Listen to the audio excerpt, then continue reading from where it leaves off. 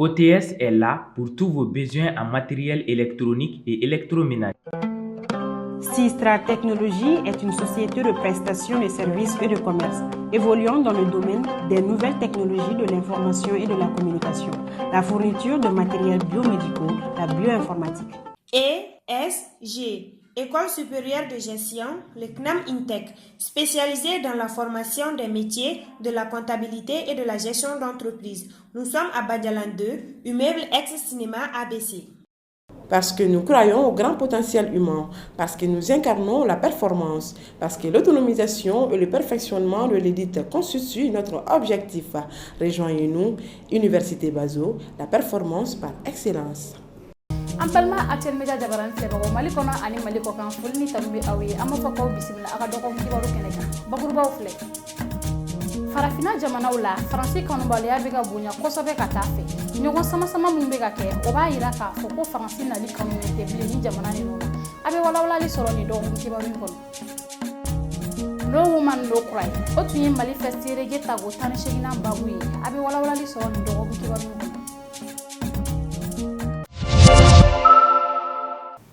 fo an kun y'a fɔ cogo min na bakuruba la k'a daminɛ février kalo tile 23 ka taa bila tile 25 la san 2023 Mali festival ta ko 18 na ɲɛnamayara Mali musée national la ani auberge Jamila la o mun kɛra sababu ye erege kanubaw caman ye ɲɔgɔnna sɔrɔ ka se ka bɔ Mali la ɲɛnamaya an ka jɛ an Aminata Igɛrɛ Kulibali ka sɔrɔlenw lajɛ.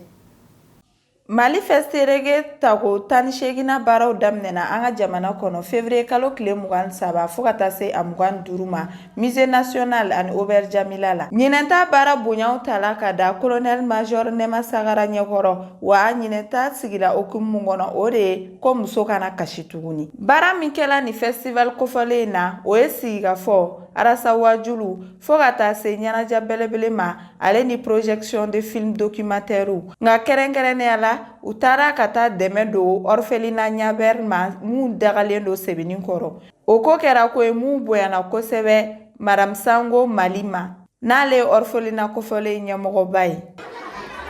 Arasa ye min kɛ bi o ye ka na an fɛ ka na an nisɔndiya ka na ni fɛn bɛɛ lajɛlen min bɛ se ka denmisɛnnin layɛlɛ ka n'o di denmisɛnnin ma. An bɛɛ de nisɔndiyara Ala k'a to maliyɛn bɛɛ lajɛlen k'i miiri a ka so kɔnɔna na ko fɛn dɔ bɛ n bolo n bɛna taa orphelinat la n bɛ taa denmisɛnnin nisɔndiya wari ko tɛ dɛ mais dusukun ko de don n b'u fɔ k'u waleɲuman dɔn walahi n b'u fɔ k'u waleɲuman dɔn n b'a ɲini bɛɛ lajɛlen k'u ladege u ye min kɛ nin ye an bɛɛ k'u ladege a kana dan orphelinat Ɲaber dɔrɔn ma ni falatɔ bɛ yɔrɔ yɔrɔ yatimɛ bɛ yɔrɔ yɔrɔ an ka to ka u ladege ka taa b'u ye ka yɛl'u fɛ k'a kɛ komi an n'u bɛɛ ye kelen ye. Minnu ye ni dɛmɛ kofɔlen dɔ ni orphelinat kofɔlen ma olu y'a yira k'a fɔ k'olu nisɔndiyala kosɛbɛ sabula olu ye ni denmisɛnnin ninnu ye nisɔndiya kɔnɔ. Oui, franchement, moi je suis satisfaite parce que je suis dans mon monde, parce que je travaille dans le monde de la petite enfance, voir tous ces enfants heureux, épanouis, grâce un peu au festival de reggae. Je ne peux être que contente. Franchement, je suis très heureuse pour ces enfants-là qui sont la plupart des orphelins ou des enfants abandonnés. Denmisɛnnin minnu fana ye ni dɛmɛ ninnu sɔrɔ olu fana y'u ka nisɔndiya yira. Mɔgɔ minnu ye kado d'an ma an k'olu fo k'u barikada an ka tantenw fana fo k'an barikada. Awɔ n kɔntɔla kojugu a diyara n ye yɛrɛ de a diyara n ye an k'u fo k'u barikada. Mali Festerege ale bɛ kɛ san o san sistema min fɛ yaasa ka Bob Marley ka sɔrɔli ɲɛnɛmaya. An ka ɲininkaliw sen fɛ sistema min ye weleweledakan bila ka lase an ka jamana ɲɛmɔgɔw yɔrɔ. Welewelekan min bɛ ne bolo k'a fɔ an ka famaw ye n ko Mali Festerege san 18 waati kɔni sera u ka dɛmɛ don an ma u ka fara an kan u kana festival ye k'a kɛ ko sistema min ka festival ou bien colonel Nema Sagara o tɛ. Festival ye Mali de bari san o san mɔgɔw bi bɔ fan 14 bɛɛ fɛ ka na Mali Festerege la o ye ko belebele de Mali tɔgɔ bɛ taa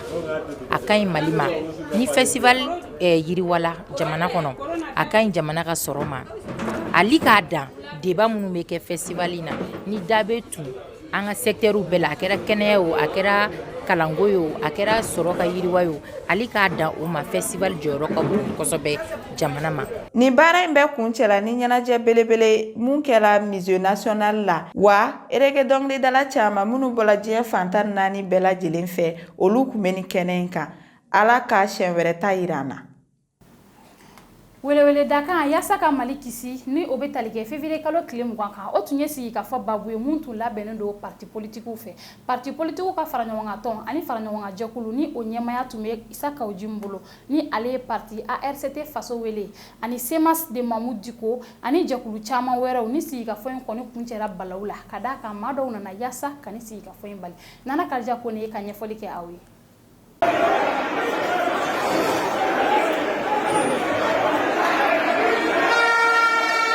Tɛnɛndo février kalo tile 20 san 2023 kunnafonidilaw ka soba n'o bɛ wele ko maison de la presse tiɲɛniwale dɔ tara ka ɲɛsin o ma maa dɔw fɛ. Nin tiɲɛniwale in kɛra lajɛrɛ dɔ senfɛ min na wele kun bilalen don kunnafonidilaw ma. Nin lajɛrɛ in kun labɛnnen don maa minnu bɛ yen nɔ ka jamana hakilina fɔ ani politiki maa dɔw fɛ n'o dɔ ye ACRT faso wele n'o ye Isa Kawujim ka parti ye n'ale tun ye CNT lasigiden kɔrɔ ye ani Imam Mahmoud ka jɛkulu n'o ye CEMAS ye o n'a ɲɔgɔnna caman. Nin lajɛrɛ in kun welelen don ko appel du 20 février pour sauver le Mali n'o bɛ tali kɛ Mali kisili kan. Boubacar Bokoum n'ale kun bɛ kɛnɛ kan bɛɛ a ka yetaw fɔ an ye. Tɛnɛdon n taara maison de la presse la pour que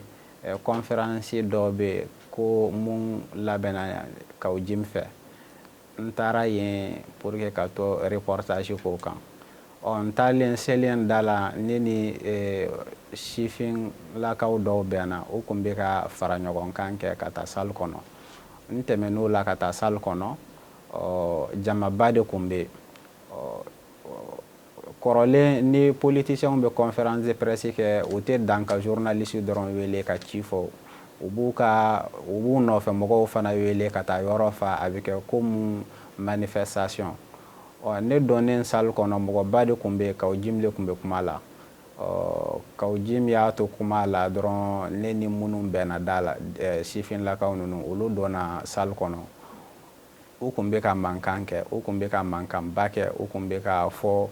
ko u kun bɛ ka Asimi Goyita tɔgɔ fɔ u kun bɛ ka banderole fana dɔ kun b'u bolo Isa Kawujim photo b'a kan a sɛbɛnnen b'a kan fana nous ne suivons pas un manipulateur an tɛ tugu manipulateur kɔ. U kun bɛ ka u ka mankan barika ka bon tellement que minnu kun bɛ ka fɔ conférenciers fɛ o kun tɛ ka mɛn kosɛbɛ. A bɛ comme o de kun y'o ka laɲini ye. U y'o to la discours banna conférenciers ninnu kun bɛ ka sɛbɛnni dɔ signer pour que k'a yira k'a fɔ ko nin kɛwale mun bɛ ka kɛ o nana jɛrɛjɛ mun kɛ k'olu b'a soutenir olu b'a jukɔrɔma tonto. U kun b'o signature la dɔrɔn an y'a ye mɔgɔw y'a daminɛ ka sièges fili ɲɔgɔn kan. Groupe fila de kun don u kun bɛ ka sièges fili ɲɔgɔn kan. A sera waati dɔ la mɔgɔw sera k'u lafara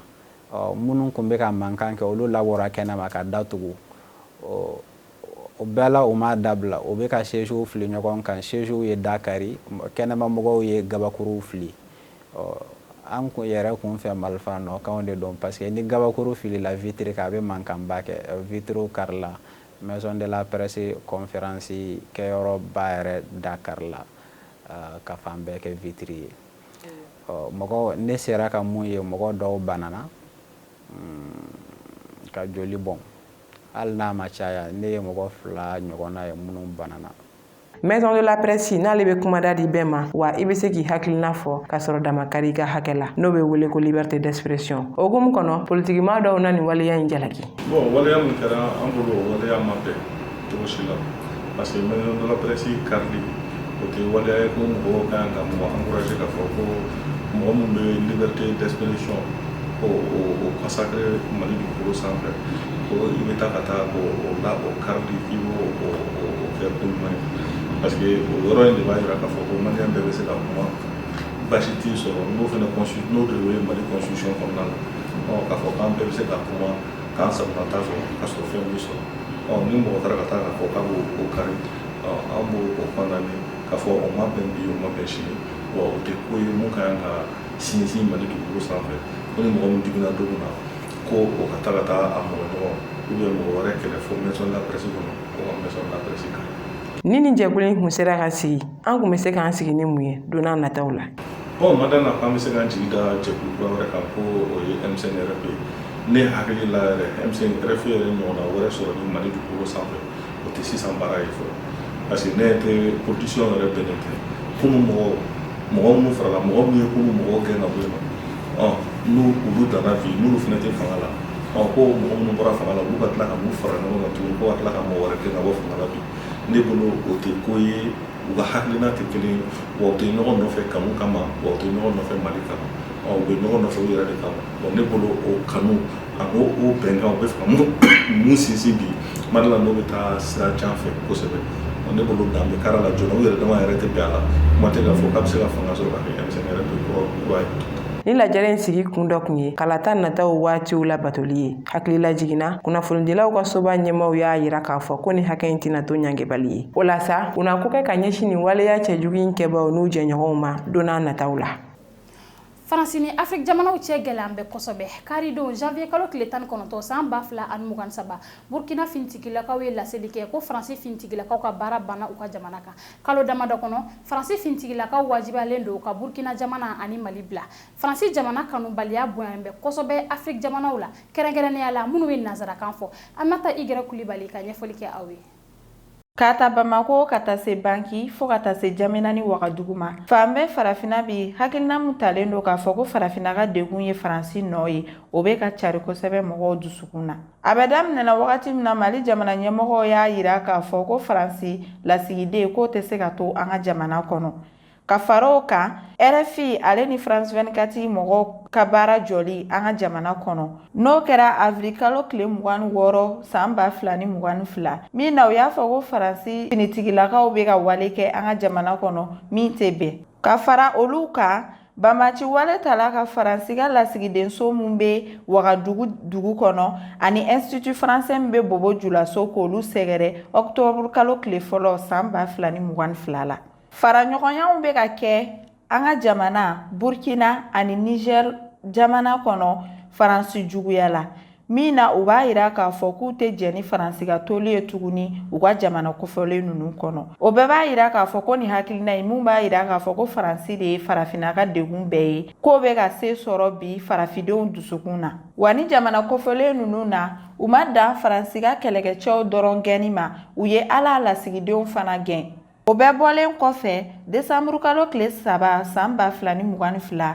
a yirala k'a fɔ ko RFI yamaruyalen tɛ tuguni Burkina Faso kaw fɛ yen nɔ ani fana ONG minnu tun bɛ baara la Mali kɔnɔ ni Faransi tun bɛ olu dɛmɛ ko olu fana gɛnna ka bɔ Mali jamana kɔnɔ Faransi kɛlɛkɛcɛ minnu tun b'an ka jamana kɔnɔ n'a bɛ fɔ olu ma ko opération Barkhane olu gɛnni o san kelen o kɔfɛ Centrafricains fana y'a yira k'a fɔ ko Faransi kɛlɛkɛcɛ minnu b'u ka jamana kɔnɔ k'olu ka bɔ u ka jamana kɔnɔ wa sisan fana Burkina Faso kaw fana y'a yira k'a fɔ k'u jɛnnen tɛ tuguni Faransi kɛlɛkɛcɛ minnu b'u ka jamana kɔnɔ k'u ka to u fɛ yen nɔ laban min kɛla kɔsa in na o de ye Esther Lengi gɛnni ye ka bɔ Tunisie n'ale kun ye Union des syndicats européens o secrétaire général ye an bɛ doni minɛ i n'a fɔ bi Faransi mangoyalen farafidenw dusukun na ani farafina jamanakuntigiw gɛnni jagoya ka b'u pilasi la fo ka taa se finitigilakaw ka fanga tali ma ani farafina ni irisi ka baara ɲɔgɔnya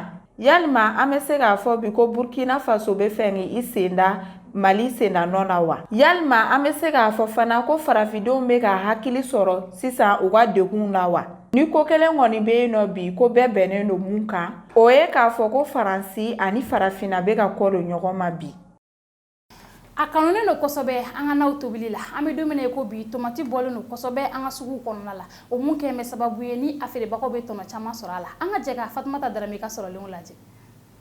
tomati ma ka di kosɛbɛ wa jɔyɔrɔ ka bon an ka dumuni tobitaw la a kɛnɛ bɛ se ka dun wa a bɛ se ka ɲagami fɛn caman na ni an ye woninda la n'o bɛ Bamakɔ faaba kɔnɔna na tomati bɔn bɛ fan bɛɛ wa a sɔngɔ ka di kosɛbɛ bon sisan légume bɛɛ de bɔlen don tamati bɛ yan chipon bɛ yan poivron bɛ yan gɔyɔ bɛ yan foronto bɛ yan bon sisan an filɛ wagati min na tamati jiginnen don parce que fɔlɔ a tun bɛ feere 4000 wa duru mais sisan wa kelen kɛmɛ duru wa kelen kɛmɛ naani bon segi fitini minnu b'an bolo olu ye Nafɛn kɛnɛ feerelaw olu bɛ ka wari sɔrɔ kosɛbɛ tomati kunkɔrɔ ni wagati. N'a bɛ purumu dɔrɔn da duman a b'a tun t'a la sisan a b'a ta 1,000 kɛmɛ fila ka na fɔ 2,000 dɔɔnin komi tamatiw den tɛ kelen a mɛnna da bɛ san 15 ala y'an garidiya an bɛ se ka sigi 10 fila an bɛ se ka sigi 20 denw tɛ kelen kɛmɛ fila kɛmɛ saba. Ni feerelikɛla ma da don a ka sɔrɔ la tile kɔnɔ k'o ɲɛfɔ an ye. Sabu na lɛri a da kama ne sugu jɛra an bɛ tamati sarima yɛrɛ de fɛ segi 70 segi 60 bon lɛri na tamati ka ɲi ni ɲɔgɔn ye ni tamati kɔni bi kɔni an bɛ ka nin feere 1,000 mais ni kumaba bi 2,000 a bɛ ka sa dɔɔnin sugu kɔni ka suma kɔni ni wagati in na nafɛn kɛnɛw bɔlen don fan bɛɛ kɛrɛnkɛrɛnyara tomati wa tobilikɛlaw nisɔndiyalen don kosɛbɛ ka d'a kan a bɛ sɔrɔ sɔngɔ duman. Sisan an ka jɛ ka jamana kɔnɔ kunnafoniw a n'a kɔkan kunnafoniw lajɛ teliya la mun bɛna lase jamana to côté fɛ. Jamana kɔnɔ kibaru jamana wɛrɛ foyi finitigilakaw tɛna kɛlɛ kɛ an nɔ na marabolo ɲɛmaa ka fɔ la ni o ye Dr Shogɛl ko Kala Mɛge ye. Marabolo ɲɛmaa taara Wagadugu février kalo tile 27 san 2023 o mun na a kunbɛra a baarakɛɲɔgɔn fɛ Apollinaire Jakim Kamela de Tambeba ni ale Burkina marabolo ɲɛmaa ye. A y'a yira k'a fɔ ko u bɛ se ka dankari kɛ ni banbanci ninnu na. O bɛɛ tɛmɛlen kɔfɛ a ye sangafo kɛ ka ɲɛsin maa minnu bɔnɛnɛ u ni na ni banbanci wale ninnu senfɛ Burkina jamana kan. Alisan jamana kɔnɔ kibaru kulu mun sigilen don Menaka mobili bolilaw fɛ ani maa minnu bɛ taa ni ka segin kɛ ni minɛnw ye olu ye dɔgɔkun 3 baarabila kɛ mun daminɛna février kalo tile 27 san 2023 ni baarabila in tun ye ni maa kofɔlen ninnu bɛ sɛgɛn mun kɛ sirabaw kan mun bɛ bɔ Menaka ka taa Gawo Menaka Kidal u y'a yira k'a fɔ ko ni baarabila in bɛ se ka tɛmɛ ni don kofɔlen in kan. Jamana kɔkan kibaru alamisa février kalo tile 27 san 2023 Burkina finitigilakaw ye tali kɛrɛnkɛrɛnni boloda mun bɛ taa kɛlɛkɛcɛ 5,000 bɔɲɔnko la ni tali ɲɛsinen no maa minnu bangera ka kɛɲɛ ni janvier kalo tile fɔlɔ san 1988 ani décembre kalo tile 31 san 2003 yaasa u ka se k'u ka jamana lakana san 5 bɔɲɔnko kɛrɛnkɛrɛnniyana u taara marabolo mun na hakilina jiginna ni baara ninnu bɛɛ bɛ daminɛ février kalo tile 28 san 2023 ka taa bila mars kalo tile 7 san 2023 la. Alisan jamana kɔkan kibaru juma février kalo tile 24 san 2023 Ukraine kɛlɛ ye san 1 sɔrɔ o mun daminɛna Russie fɛ février kalo tile 24 san 2022 Russie ye bingani wale ta ka ɲɛsin Ukraine jamana ma o kɛra don ye mun bɛ jate donbaw fɛ diɲɛ kɔnɔ G7 maaw ye sigi ka fɔ kɛ ka bɛɛ to i sigiyɔrɔ la juma don février kalo tile 27 san 2024 ni sigikafɔ ninnu kɔfɛ Russie jamana bɛ se ka sigi jalaki dɔw kɔrɔ hali sisan. An balima Actuel Media jabaran filɛbagaw ni ne bɛ dan siri an ka dɔgɔkun kibaru la an b'a fɔ la k'aw k'an bɛn tiɲɛ wagati bɛɛ.